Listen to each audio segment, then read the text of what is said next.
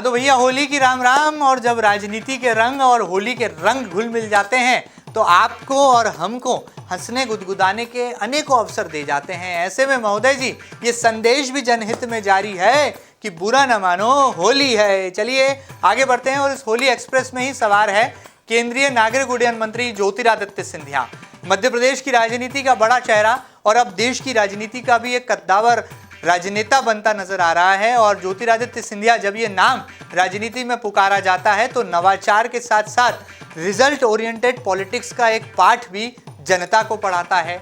अपने knowledge bank के साथ अपनी एक अलग पहचान भी बना रहे हैं और एविएशन मिनिस्ट्री को एक नया मुकाम भी दिला रहे हैं। साथ ही साथ जब रूस और यूक्रेन के बीच युद्ध के हालात बनते हैं तो 20,000 से ज़्यादा भारतीय नागरिकों की वतन वापसी के लिए भी सिंधिया जी यानी कि बीजेपी के महाराज ही सबसे अव्वल नजर आते हैं। और इस बार रंगों के रंगीन त्यौहार होली पर लगता है कि वो केसरिया रंग का ताना बाना बुनते नजर आ रहे हैं। कहा जाता है कि जब पीला और लाल मिलता है तो केसरिया बन जाता है। यही वो भगवा रंग है जो कि उत्तर प्रदेश में बाबा की सरकार भी बना रहा है और अब मध्य प्रदेश में भी इसी भगवा रंग की अमिट छवा दिखाई दे रही है। कैसे सिंधिया जी के लिए ये होली अलबेली है और कैसे इस बार ग्वालियर के पैलेस में भी होली का जो त्यौहार है वो बहुत खुशियों के साथ मनाया जा रहा है। और जब केंद्र में मंत्री हो सिंधिया जी तो जाहिर सी बात है पूरे देश में एक जोश उनके तमाम प्रशंसकों में भी देखा जा रहा है।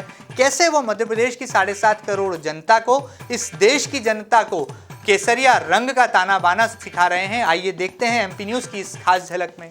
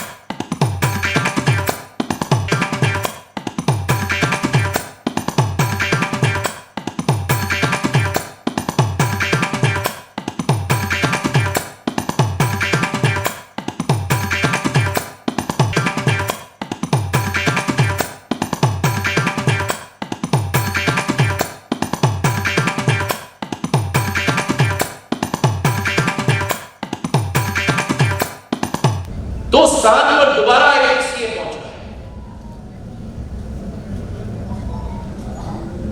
नौजवान होनहार बच्चे हैं हमारे, जैसे तराशा जाता है हीरे को, ये काम हमारे सिलेक्टर, हमारे कोचेस, हमारा प्रशासन मिलकर कर रहा है। और तराश के दो हीरे, अनमोल हीरे, हमने मध्य प्रदेश को प्रदर्शित नहीं किए लेकिन हमने पूरे देश को प्रदर्शित किया। और आज क्या परफॉर्मेंस वेंकटेश्वर का, आवेश का। सतना से हमारा एक और खिलाड़ी है सैन, बालाघाट से मोहम्मद अशरफ, दोनों वो भी आईपीएल में पहुंच चुके हैं। महिला क्रिकेट की बात की गई, अंडर 19 का क्या परफॉर्मेंस हमारे एमपीसीएल की टीम की रही। और हमारी पूजा वस्त्राकर शेड्यूल्ड डिवीजन से जहां से आती है, आज इंडियन टीम में खेल रही है न्यूजीलैंड।